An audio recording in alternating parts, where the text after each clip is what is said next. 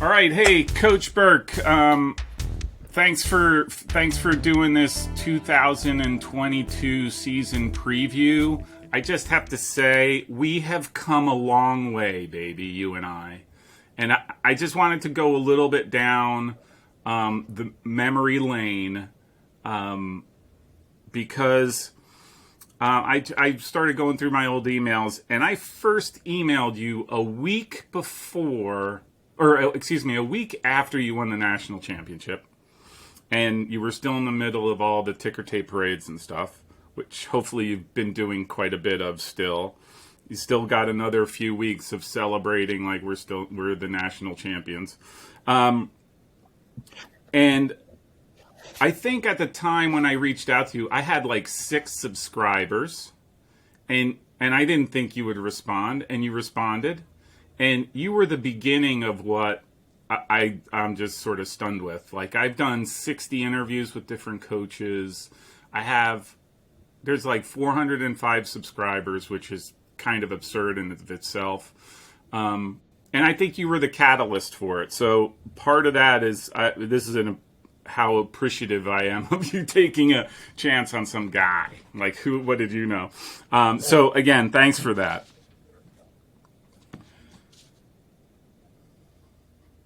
Yeah, no, this is awesome. I think there's a huge community of D3 soccer out there, and I'm glad that this can be a platform. So I just want to talk little bit about like I mentioned, the 2022 season and sort of what your impressions are going in. I mean, it's like a month away. So I was just curious to start, like, when do your players report? And probably more importantly, since I haven't been getting the emails, when do you want me to report? You know, I'm still waiting on the acceptance letter, but, you know, I've been training really hard. So just need to get my calendar in order.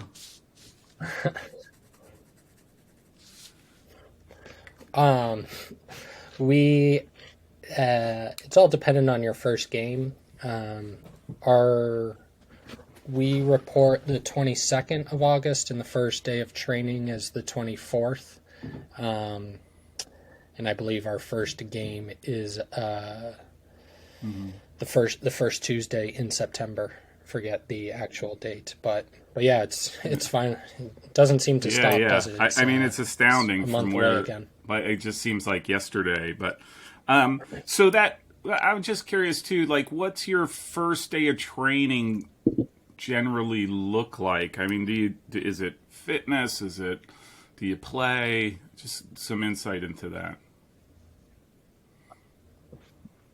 Yeah, we definitely play. I think the expectation is that they come in fit, and you can pretty quickly find out through playing which ones are up to your acceptable standard and which guys haven't bought into a high enough standard of fitness. So we definitely play a lot. I think for at least speaking on behalf of our program, like, we have such little time with the guys, so therefore, like, we really try to focus everything around, you know, a tactical idea.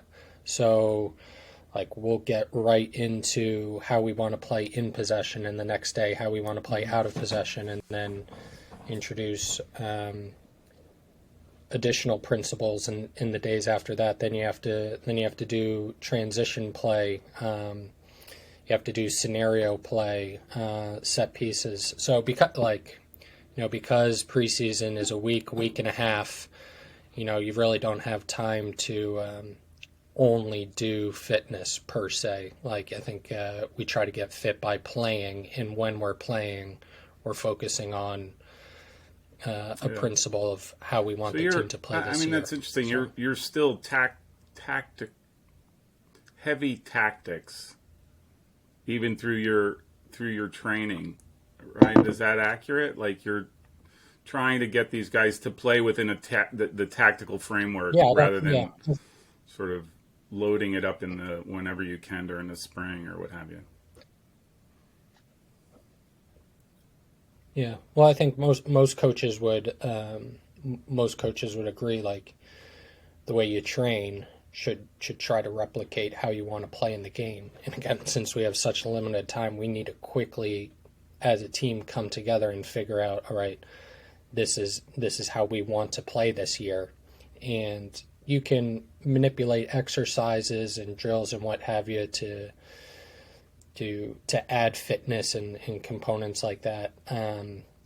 But yeah, like the goal is, and you get better throughout the season. But the goal is, in the first week of September, everyone's on the same page. They know how we want to play in each moment of the game, and really like players aren't still questioning what. And you're what not figuring it out during the like. actual games, right? Like, hey, what are we supposed to be doing here?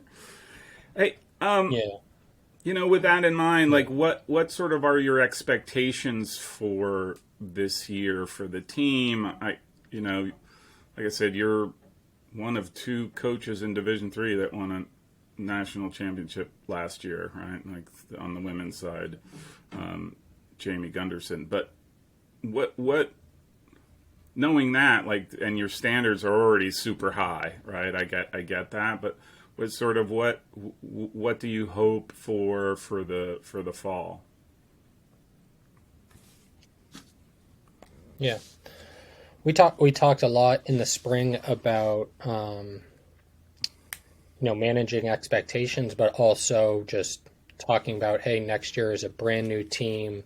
It's not going to be the same team as last year, and we can't look in the rearview mirror saying, like, we're not doing this as well as we did last year, or like, how come this isn't working like it was last year. I think just looking forward and figuring out, the best combination of players, the best role for each player on the team. I know it's obviously super cliche, but it's true. I think like the goal or the expectation is try to want to be the best version of 2022 con. We're not necessarily trying to be better than 2021 con, because that team's gone. That team's different. We have guys have stepped up and have bigger roles. Guys have left us. We have 11 incoming freshmen.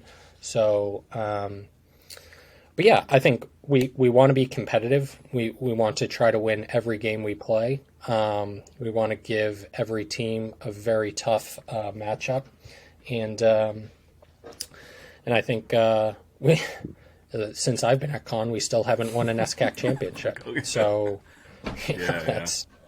that's a goal. That's a goal as well. Like I think that can certainly be used as motivation for our guys. Like, hey, you've won one thing, but certainly haven't won an SCAC. And that's not like it's very easy to do.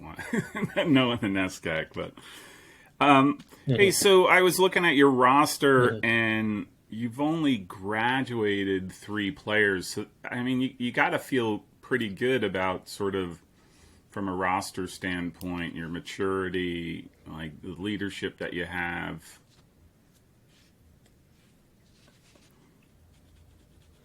Yeah.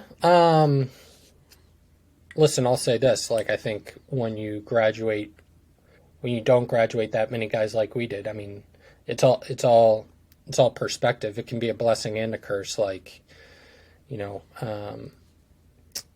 people, you worry as a coach, you worry about guys on the team or people that can potentially influence the team, assuming that we're going to be good. And that's not how sports works. Like, regardless of age or regardless of if you're a senior or a freshman, like, just because you're a senior, that doesn't guarantee you wins. So, like, I'm definitely wary of players like, we've been there before. Just because we have an older team, they have to scrap that mentality out of their head, and they have to reprove themselves all over again. And if they're not good leaders by example, if they're not good mentors, then that affects the freshmen. Now the freshmen are overconfident and begin to assume or be entitled that success happens, and that's the last thing you want to rub off on freshmen.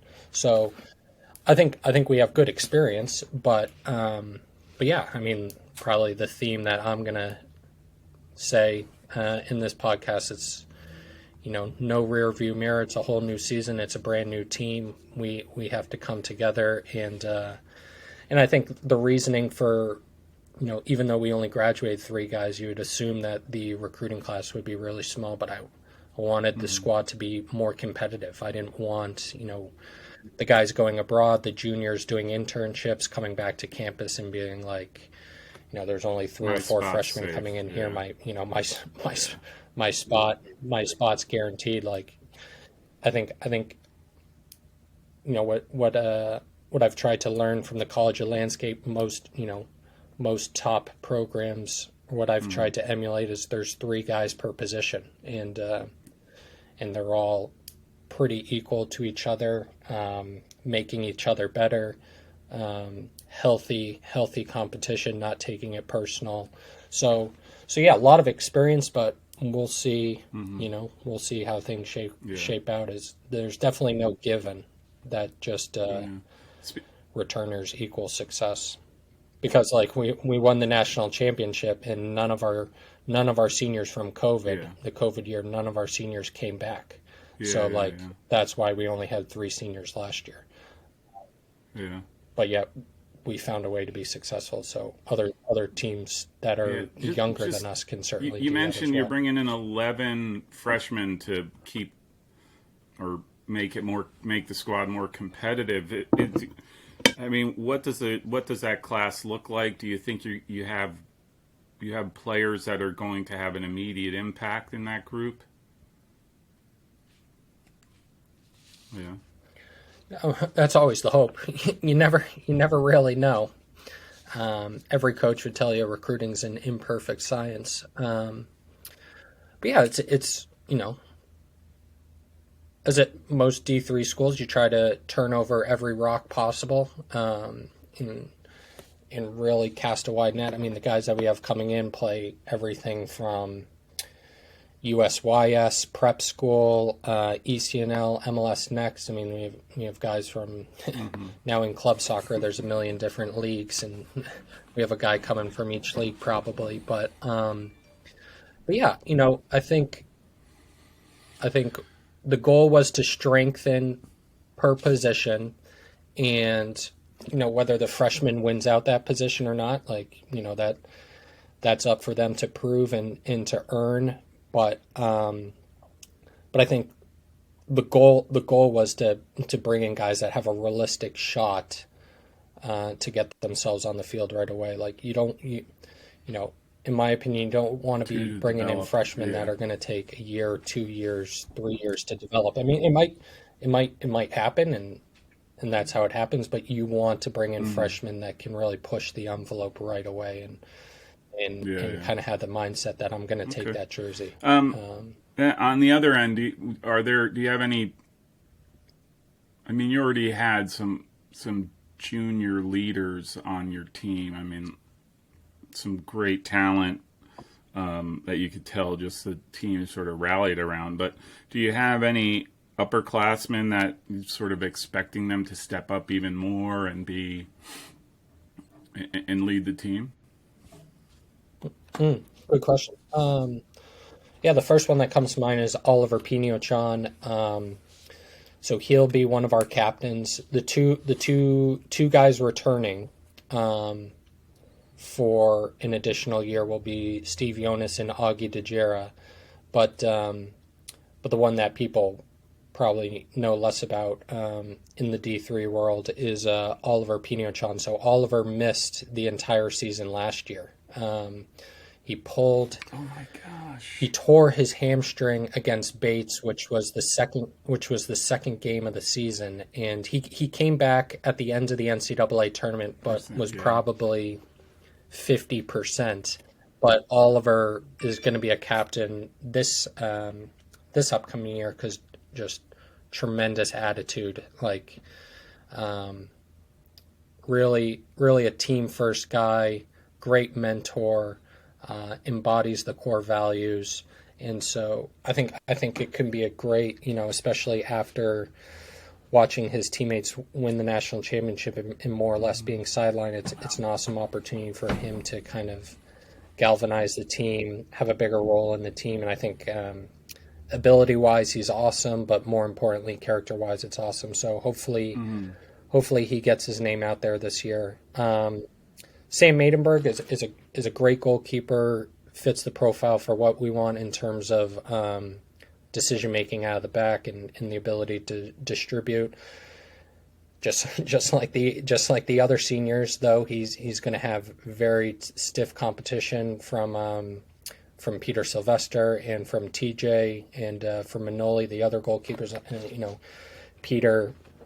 Peter has gotten experience with the Bermuda national team, so I think Sam and Peter, that's really exciting competition. But yeah, I mean the other seniors, Alex Robles, Jack Marvel, Bruce Doyle, Roman Dukovic, all these guys are key role players for us. So I think the goal or the ambition for them is not only to be excellent mentors, but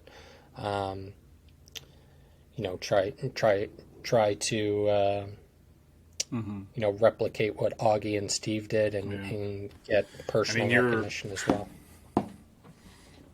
You have guys that I'm looking for. Steve Jonas, one of my favorites, just again in Division III all around. I think he's such a great player. But all right, so for the season, what games do you have circled and bolded on your calendar as big time games that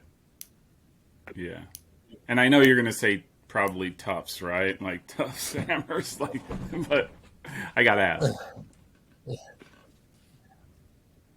Yeah, it's just crazy how play each other in the NESCAC final, play each other in the Elite Eight, and of course that's both of our first NESCAC game this upcoming season. That's just how life works. So the first Saturday in September, we might have to drive up there for that one. I'm really seriously that might be in the cards.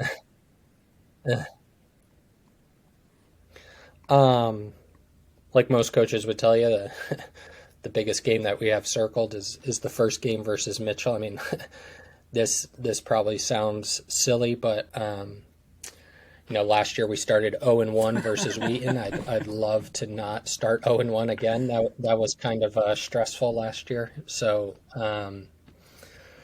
but yeah, I think we have a very tough road schedule. If you look at when our schedule comes out online in August, like we play some of the toughest road games in Division III. We obviously, like I just said, we go to Tufts, we go to Colby, we go to Amherst, we go to Williams, and we go to Middlebury. So I think if our team is to be successful this upcoming year, we'll have to be road warriors because you got to find a way to be successful in SCAC. You got to find a way to get points on the road. You can't just rely on home games. So those ones for sure. Looking forward to hosting. I think we host Bates for our senior game, and then I think we host Bowdoin for homecoming alumni weekend. So those are always really fun, special weekends on campus. But I'm serious. I might have to take a drive up to Tufts for that game because that's going to be. I mean, for a game so early on I guess not so early on in the season. I mean, that's fireworks right there. I guess that's the one. That's probably the one positive or saving grace that you could probably make about the situations that you probably want to face each other earlier on when neither of us everybody's cobbled together, band-aids, wraps, and trying to play it out.